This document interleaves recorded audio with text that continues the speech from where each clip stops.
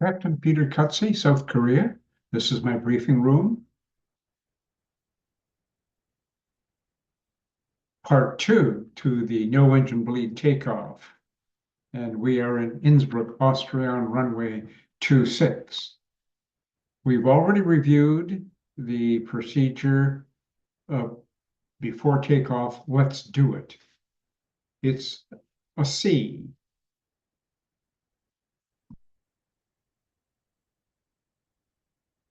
Right pack auto. Isolation valve switch close. Left pack auto. Number 1 engine bleed air switch off. APU bleed air switch on. It probably would have been on.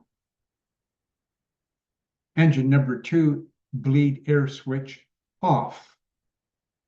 Trim air on. That is the trim air switch. Wing anti-ice off. Let's review what we're going to do after takeoff, then we'll get airborne.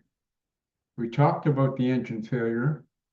If you did have an engine failure, do not position the engine bleed air switches on until reaching 1,500 feet, or obstacle clearance height.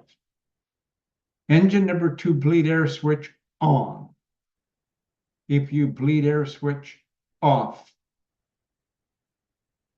When the cabin rate of climb indicator stabilizes, engine number 1 bleed air switch on.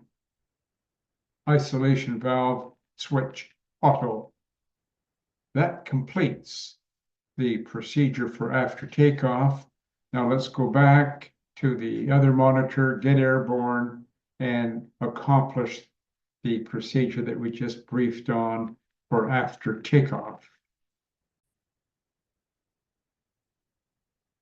We're airborne, as you can see, and we are actually climbing at a good rate of climb, as here at 4,150 feet per minute, and we're out of 1,280 feet already, and we haven't reached the first waypoint, which we have to make good to be at least 3,000 feet or above.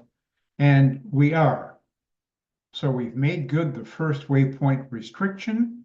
Now we can go ahead and go through the procedure of reinstating the bleeds.